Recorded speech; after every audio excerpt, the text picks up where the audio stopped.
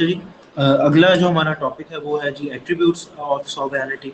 और उसमें जो सबसे एट्रीब्यूट से मतलब है सिफ्त और साफ खूबी जो है जो एसोसिएट किए जाते हैं सॉवरेनिटी के साथ।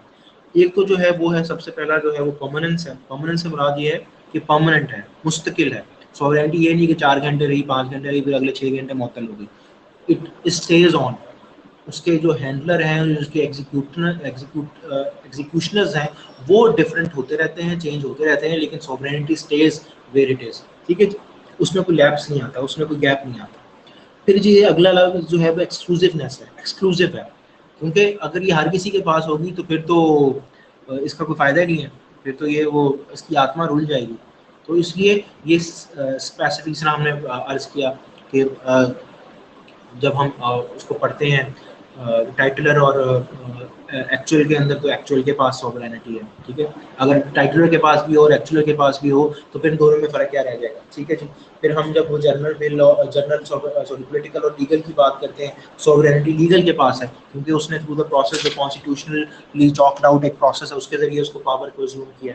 ठीक है, तो अगर ये वही सॉवरेनिटी की पावर अगर जो है वो पॉलिटिकल सॉवरेन के पास भी हो और लीगल सॉवरेन के पास हो तो उन दोनों का कॉन्फ्लिक्ट ही खत्म ना हो। ठीक है, डिफेक्टो डोजोरो का फर्क यहीं से निकलता है। तो ये एक्सक्लूसिव होती है जो हमारे मॉडर्न स्टेट के अंदर सिर्फ स्टेट के पास होती है sovereignty.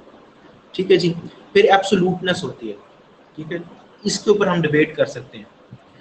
First, state stands paramount over all individuals and over all other their associations and enjoys the pivotal position of regulating their activities and none other than can put limitation on state's authority. बिल्कुल true.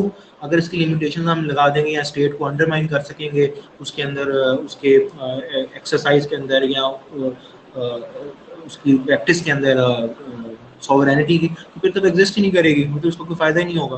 क्योंकि फिर again क्योंकि जो उसकी power को limit कर रहा है, जो उसकी पावर को महदूद कर रहा है, फिर तो सॉवरन वो हुआ।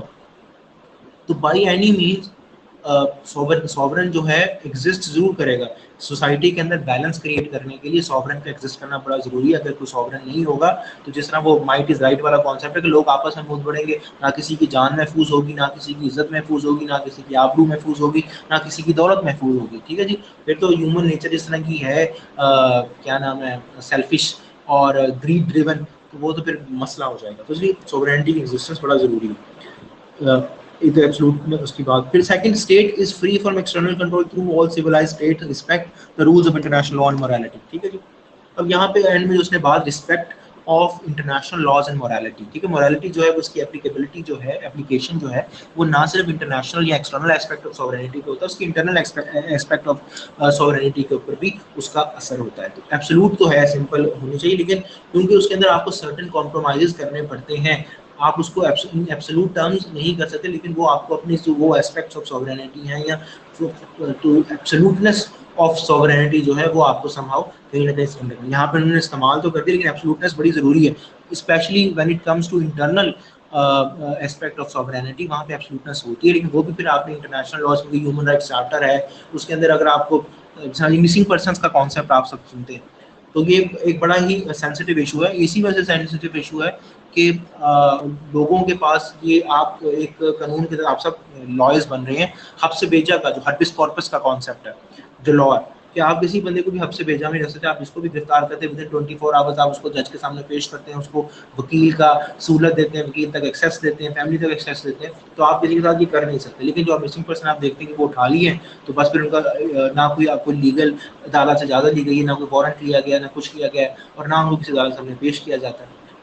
लेकिन जो कर रहे हैं उनका ये मानना है कि it is in the national interest और it is in the best interest of the people of their country, इस वजह से वो कर रहे हैं। तो again I am not going into that debate, लेकिन वैसे भी आपको बता रहा हूँ कि क्योंकि ये अगर वो इंटरनेशनल मोरालिटी या वो ह्यूमन राइट्स चार्टर एग्जिस्ट ना कर रहे होते तो ये मिसिंग पर्सन कोई मसला ना होता और ये सबके लिए एक्सेप्टेबल होता। फिर इंडिविजिबिलिटी, ठीक है जी, ये डिवाइड नहीं हो सकता। Sovereignty of state cannot be divided. All the will of the state is the source of all powers.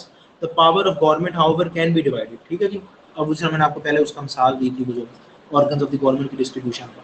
In a federal system, these are the governmental powers which are divided and not the sovereignty of the state. Under such system, national government exercises powers relating to the matters of national importance, while federating units enjoy autonomy in regional matters. ठीक है जी, वो आपने इसको distribute कर दिया, distribute कर दिया. उसके अलावा गवर्नमेंट के अंदर भी आपने स्पेशलाइजेशन ऑफ पावर कर दी ना, कि जो सॉवरेनिटी का, जैसे मैंने पहले ऊपर भी ऐसे कि सॉवरेनिटी का जो जुडिशियल एस्पेक्ट है वो जुडिशरी को चला गया, जो एग्जेक्टिव एस्पेक्ट है वो एग्जेक्टिव को चला गया, जो उसका लेजिस्लेचर का जो उसका कानून साजी का एस्पेक्ट है वो लेजिस्लेचर को चला गया. ठीक है जी, तो ये चीजें जो ये भी एक तो ये कह लो स्पेशलाइजेशन ऑफ पावर की डिस्ट्रीब्यूशन है. फिर एक आप इस तरह कह सकते हैं कि ये जो मैंने अभी आपको अर्ज किया ये वर्टिकल डिस्ट्रीब्यूशन ऑफ सॉवरेनिटी. फिर एक हॉरिजॉन्टल ये हॉरिजॉन्टल डिस्ट्रीब्यूशन ऑफ सॉवरेनिटी, एक वर्टिकल भी डिस्ट्रीब्यूशन है जो यहाँ पे फेडरल और फेडरेटिंग यूनिट्स की बात की. फेडरल जो है वो नेशनल मैटर्स के ऊपर कानून साजी और उसके पास एक्सटर्नल सॉवरेनिटी भी होती है. ठीक है ना जी, आप ये नहीं आप देखते हैं कि पूरी दुनिया के अंदर जो एम्बेसीज बनती हैं या पाकिस्तान की जो मुस्तकिल नुमाइंदगी आप देखते हो कि उसके अंदर वो पाकिस्तान का रिप्रेजेंटेटिव होता है. वहाँ पे कोई सिंध, पंजाब, बलूचिस्तान या केपी का नहीं रिप्रेजेंटेटिव होता, वो सिर्फ इन स्टेट का रिप्रेजेंटेटिव होता.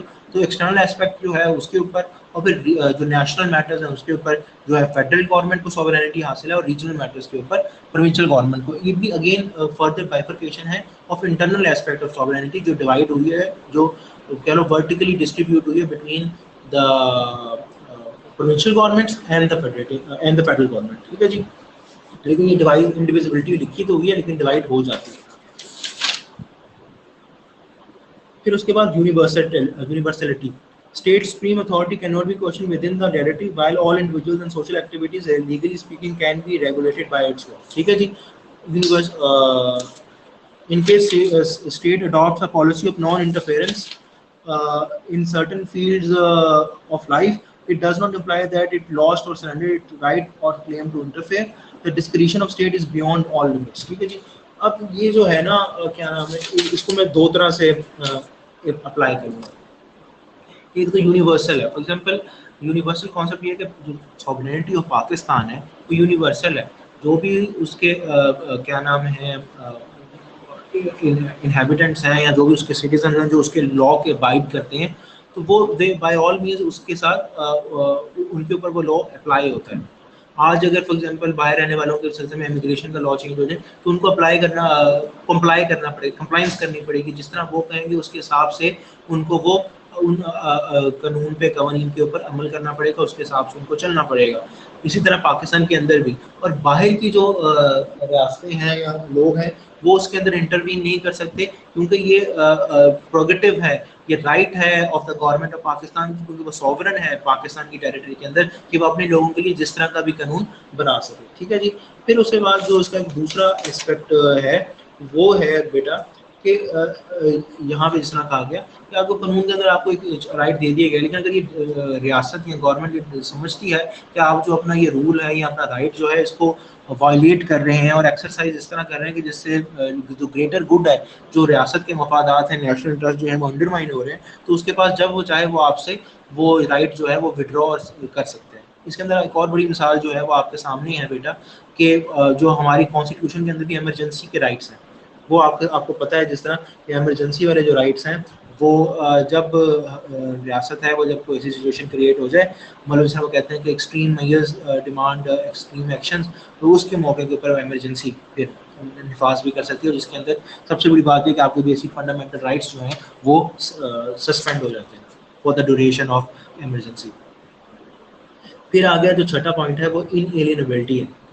State can't depart from its supreme power for the time being or permanently, nor can transfer it to any other body. ठीक है जी, either you have it or you do not have it. ठीक है जी, इसमें कोई दरमियान की बात नहीं है कि आप कहेंगे भाई ये हो, लेकिन ये भी बेटा हो जाया करता है कि बाज़ दफ़ा जैसा अगर आपको याद हो वो जो आखिरी अटैम्प्ट थी हिंदुस्तान को इकट्ठा रखने की वो कैबिनेट मिशन के अंदर, उसके अंदर उन्होंने ये कोशिश की थी कि 10 साल के लिए एक टाइम पीरियड दे दिया जाए जिसके अंदर हिंदुस्तान को 3 ग्रुप्स में डिवाइड कर दिया जाए और 10 साल बाद उनसे पूछा जाए कि आइदर उनको एक इंडिपेंडेंट इंडिविजुअल स्टेट चाहिए कि नहीं चाहिए. ठीक है, तो एक तरह का ये भी एलियन किया जा सकता था ना कि भाई वो सोवरेनिटी को ऐसे के लिए इनके दरमियान डिवाइड कर दिया जाए. लेकिन हाँ, ये बात दिमाग में रहे कि अगर इसको ख़त्म नहीं किया जा सकता, अगर ख़त्म होगी तो रियासत ख़त्म हो जाएगी. तो वो भी जो है वो भी एक डिस्ट्रीब्यूशन ऑफ एलिजिबिलिटी ही थी, सॉरी सॉवरेनिटी ही थी, जिसके अंदर उन्होंने इक़्तिदार आला को डिवाइड किया था, करने का इरादा था उस पर्टिकुलर एरिया के अंदर। फिर उसके बाद उसने सस्पेंड होकर दोबारा वापस, तो ये सॉवरेनिटी या तो होती है या नहीं होती। अगर नहीं होती तो फिर आपकी रियासत माज़-ए वजूद में नहीं रहती। फिर होगी इम्प्रेस्क्रिबिलिटी। इसका मतलब ये होता है कि not to be taken away by lapse of time. तो मतलब sovereignty by state is everlasting. If state does not exercise its authority in certain spheres of life, it does not deprive it on the legitimate authority of regulation। बाज़ दफ़ा होता है कि बहुत सी ऐसी चीज़ें होती हैं, फॉर एग्जाम्पल अब देखिए हुकूमत जो है वो 3G के लाइसेंस देती है, 4G के लाइसेंस देती है। तो ये चीज़ जो थी ये एग्जिस्ट जो थी ये टेक्नोलॉजी की डेवलपमेंट हुई है। जो फिनोमेना था वो सब कुछ एग्जिस्ट तो हमेशा से करता आ रहा है, लेकिन टेक्नोलॉजी ने उसको यूजेबल कमोडिटी में आप कन्वर्ट किया। तो इस वजह से हुकूमत अब जब चाहे वो इसके ऊपर लाइसेंस दे रही है, इशू भी करती है, आपको 3G 4G का लाइसेंस लेना भी पड़ता है। जब तक वो नहीं था तो नहीं चल रहा था। तो इसका मतलब ये नहीं है कि हुकूमत एक चीज़ के ऊपर कानूनसाजी नहीं करी या नहीं करी तो उसका उसके ऊपर इख्तियार खत्म हो गया। हुकूमत या स्टेट जो है वो ऑल इन ऑल है और वो सॉवरन है, तो वो उसको रेगुलेट करेगी हर हाल में। ठीक है जी।